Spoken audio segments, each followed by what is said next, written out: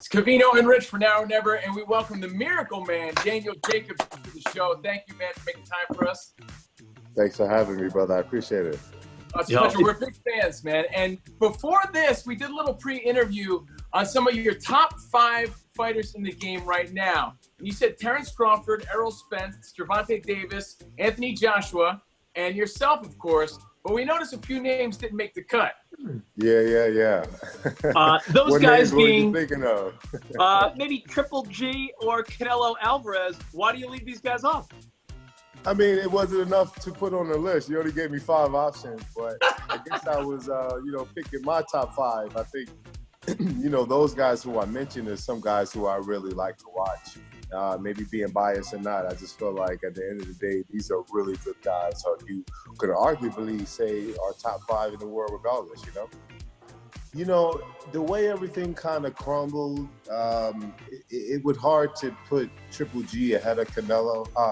It would hard to put Canelo ahead of Triple G, but obviously his activity, his opposition, regardless to all the stipulations that he put in on fighting guys, past their prime, regardless how you want to slice the cake, I feel like he is ahead of Triple G. Do you want the winner of Canelo and Triple G III? And how do you see that playing out? I think the fight playing out, obviously, Golovkin has been aging over the last couple of fights. And I think it would be a matter of which actual fighter shows up. We know that Canelo is still younger. He's still in his prime, in a sense. And for Golovkin, it'll be using his experience. So we don't really know too much about that fight right now. But I would love the winner, obviously, at 168 pounds. And I don't see both fighters staying at 160 pounds for the remainder of their career. So that opportunity still looms for me. Obviously, I have to become champion and make it worth the while in a sense, because boxing is a business, and for it to be a rematch, I would have to offer something. So let me do my job. Obviously, the middleweight division is stacked, a bunch of champions there. So if the opportunity presents itself, I would love it. But obviously, fighters have to work for all the opportunities they get. Wow. I'm thinking your last fight. I feel like it was yesterday, but it feels like a world of it feels like so long ago, because the end of 2019 with everything going on now, does it feel like you haven't fought in a year? It actually hasn't. I am looking forward to getting back, but it hasn't seemed that long. Early on in my career, I fought, at least I was 15-0. I fought every other month. So it was good to finally take a break, and then fight 3 times a year was something for me that was perfect. So for me, it's like, having space in between fights where you can let your body rest isn't the worst thing. But most importantly, I worry about the safety of the world. So I'm more so, let's, everyone unite, everyone come together when it's safe to do so. When you do get back in the ring, is it a weird thought that it could possibly be without fans? It is a very weird thought. I would hope not, because obviously the culture of boxing is definitely motivated by the fans. It's nothing without the fans. The fans are everything. So we would definitely want to please the fans, and if it's our only option, I would support it, because I know that the fans want some actual fights. And if they have to be forced home, I mean, the best that we could do, obviously, is make sure that we're safe to in our own environment to go out and fight for the fans, even if there's no fans in the stands. They get a chance to see it online. So I'm for that, but obviously it wouldn't really be the same for the fighters, and I don't think the outcome would be the same as well, because fighters wouldn't really give their all knowing that there would be fans to cheer them on. Daniel, Let's talk about the super middleweight division, 168. You got Callum Smith, you got Billy Joe Saunders, you got possibly Canelo Triple G. How do you feel about these other guys?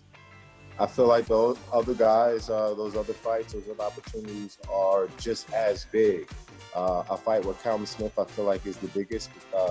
As far as the zone fighters go, I feel like it's the biggest super middleweight fight that could be made. As far as BJ Saunders go, I think it'll be a good fight, but B-Judge has issues, and we don't really know too much, like, as far as what fighter will show up, or even if he can make it to the ring, because he's gone through so much. But as far as the super middleweight goes, with this last fight that I have on the zone, we're just going to make sure that we give the fans what they want, but in a safe environment, in a safe place, and move on to bigger and better things. The Atlanta Falcons, they got the ATL across the jersey. We know you're an Atlanta guy. You guys are open, right? I mean, the state of Georgia is slowly starting to get back into things. Are you feeling okay about it? How's everything going in the state of Georgia where you're at least? I don't know. I feel like I'm bittersweet about it. I mean, yeah, it's good to see the economy kind of go back to being a little bit normal. Obviously, we took a plunge, but for me, it's more so about the safety. And I feel like we need to wait it out a little bit more because people are still dying. Until the numbers can go down, I felt like we can't really risk that part because you're risking lives at the same time you want to make money. But if people are dying, they can't spend that money. Of course, safety is a priority, man, but you're the miracle man, and we appreciate you being here. How are you maintaining both physically and mentally during this quarantine? Well, the mental part to me has been phenomenal because I love stillness. And the stillness of the world and everyone kind of being forced to stay home, you get a chance to really reflect, adapt, and grow. So I feel like for me, that's what I've been focused on, trying to better myself in other ways. But as far as the physical aspect, I have a gym here. So I work out in my gym daily, play basketball with my son. I have a basketball court here as well. So I stay pretty fit. I walk a lot as well. It's not really much else to do. So I'm pretty sure everyone has the same kind of blues right now, trying to just make the most of staying home. Quarantine. Yeah, well, listen, we heard that you're doing some meditation. Is that the stillness you talk about? Can you tell us about that? What are you thinking about when you do that? Well, it's really just trying to, whatever it is that you have issues on in your life that you want to focus on, you focus on those moments in your meditation. So there's different forms of meditation. For me, I choose personally, kind of like, it's like a guided meditation tour, and it takes me through series of things. So if I have series of issues that I want to kind of focus on, I kind of, early in the morning, I like to sun gaze. So I like sunset, sunrise. I like to get out there and stare at the sun to get the energy from the sun. So I've been able to really kind of learn about just how to grow or be a better person, spirituality, all these different things. It's just been coming together throughout this whole time of just like being quarantined. Now, you said you're at home, you got your son there. Yeah. Good bonding time for father-son. I feel like a lot of times, people are saying, I got to get back out there. This quarantine's killing me.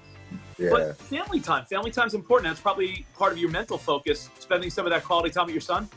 Well, for me, I feel like this is the way the world is supposed to be. No one is supposed to go out every day and work and, slave in a sense. We're supposed to spend as much time with our families, with our loved ones, more so than we do out working.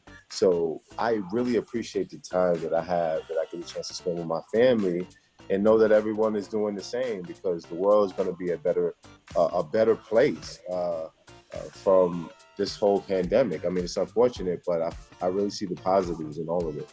Yo, by the way, besides just spending time with your son's 11, right? Yeah, he's 11 now, yeah. So he's at the age, are you introducing him to some of your favorite movies and shows from back in the day?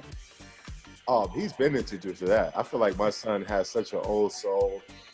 He loves old school music. He loves old school movies. I mean, he can tell you about some old school fights that you'll be like, man, you seriously know about this? So my son is an old soul, and to know that now we have so much bonding time. I mean, I get a chance to learn more of his personality, and he's just like his dad. That's awesome, man. Yeah. That's a good role model. That's a good person to be like. Daniel Jacobs, thank you very much. I here with Covino and Rich.